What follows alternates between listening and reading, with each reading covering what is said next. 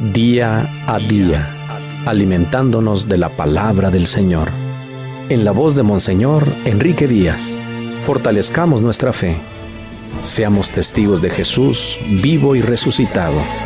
Aliméntame, sáname, acompáñame. 3 de febrero es el cuarto domingo del tiempo ordinario. Escuchamos el Evangelio de San Lucas, capítulo 4, versículos del 21 al 30. En aquel tiempo, después de que Jesús leyó en la sinagoga un pasaje del libro de Isaías, dijo: Hoy mismo se ha cumplido este pasaje de la Escritura que acaban de oír. Todos le daban su aprobación y admiraban la sabiduría de las palabras que salían de sus labios, y se preguntaban: ¿no es este el hijo de José? Jesús les dijo: seguramente me dirán aquel refrán: médico, cúrate a ti mismo, y haz aquí en tu propia tierra todos esos prodigios que hemos oído que has hecho en Cafarnaúm. Y añadió: yo les aseguro que nadie es profeta en su tierra. Había ciertamente en Israel muchas viudas en los tiempos de Elías, cuando faltó la lluvia durante 3 años y medio, y hubo un hambre terrible en todo el país.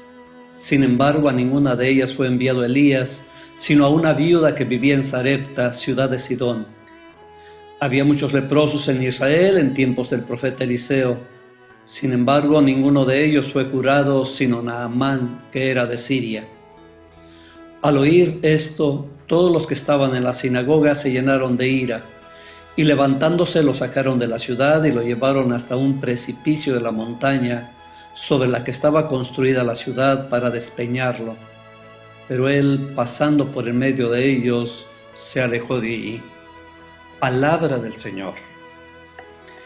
Obligados por la violencia y los temores, nos hemos encerrado detrás de rejas y protecciones. Es cada día más frecuente encontrar carteles en los accesos a los fraccionamientos, donde se prohíbe la entrada a personas extrañas, se exigen documentos de identidad y se reservan el derecho de admisión. Y yo diría también el derecho de expulsión. Muros, barreras, alambradas, todo para protegerse del otro. También los paisanos de Jesús quieren protegerse de quien juzgan peligroso, ponen sus barreras y lo sacan de la ciudad.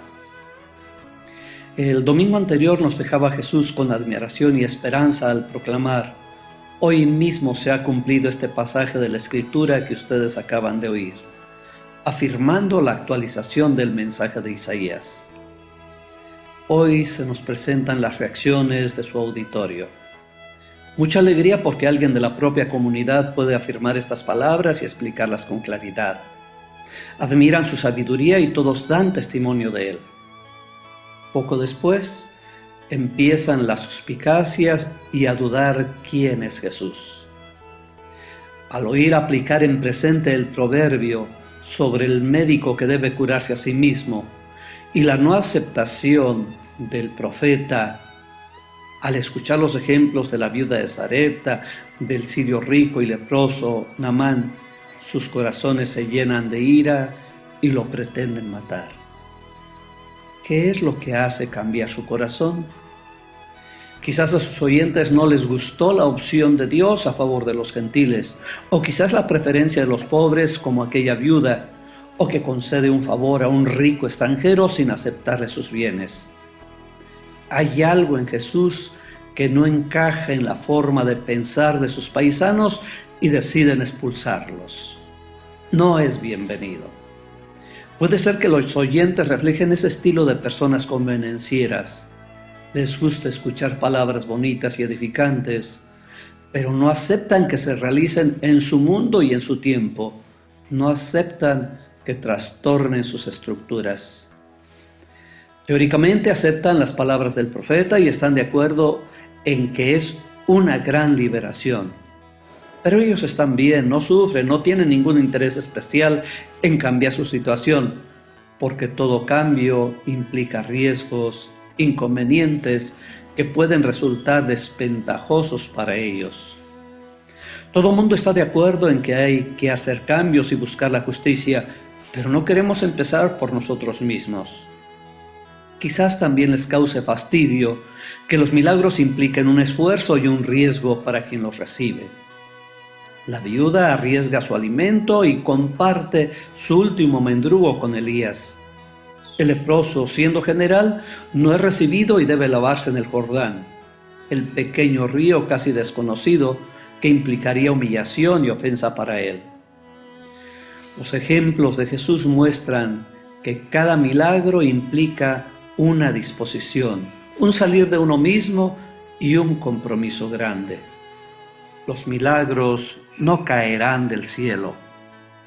El anuncio de Jesús, la buena nueva, el año de gracia y liberación, llegarán solo con el compromiso serio de quienes se arriesgan en el cambio y conversión. Además, los ejemplos de milagros a los que alude Jesús de repente parecen muy pequeños. Elías ayudó a una sola viuda, Eliseo curó únicamente a un leproso. Sí, pero ambos hicieron que una persona experimentara la salvación de Dios. Así se construye el reino de Dios. Jesús, que antes había sido alabado y objeto de admiración, de repente se convierte en un estorbo y no es bienvenido en su propia sociedad. Quizás suceda igual en nuestro mundo. Todos, cristianos y no cristianos, expresamos admiración por Jesús, por sus ideales, su doctrina y su forma de vivir. Pero eso no quiere decir que sea admitido a formar parte de nuestra vida diaria. Lo expulsamos de nuestro mundo, de nuestras estructuras, de los sistemas educativos, de la relación con los hermanos. Puede presidir desde su cruz nuestras asambleas, las decisiones de los importantes, pero que no hable, que no actúe, que no diga su palabra y que no influya en los demás, porque su doctrina es peligrosa. Siempre el amor y la justicia serán peligrosos para una sociedad que se rige por la ganancia y el poder. Por eso nos interpela hoy la palabra de San Pablo en su carta a los Corintios, diciéndonos que no es importante hacer mucho ruido, sino amar. Es la enseñanza de Jesús, amar con todo lo que implica el amor. Es paciente, no tiene envidia, no lleva cuentas del mal, perdona sin límites, cree sin límites, espera sin límites, se entrega sin límites. Jesús lo supo vivir hasta el final y es lo que propone. Vivir en el amor implica riesgos. Es fácil decir que no haya discriminaciones, que no haya injusticia y después no atrevernos a vivir plenamente el amor. Expulsamos a Jesús de nuestras vidas, lo expulsamos cada vez que en nombre de falsas protecciones o buenas conductas expulsamos a un hermano de nuestras vidas. Bien pronto entendieron las gentes de Galilea la propuesta de Jesús y no lo quieren en medio de ellos. Por eso tratan de despeñarlo, hacerlo desaparecer. Porque sus palabras ponen en evidencia los egoístas propósitos de los oyentes. Pero Jesús pasa libremente en medio de ellos. Hoy también hay quien quiere callar a Jesús y a muchos de sus seguidores les da miedo.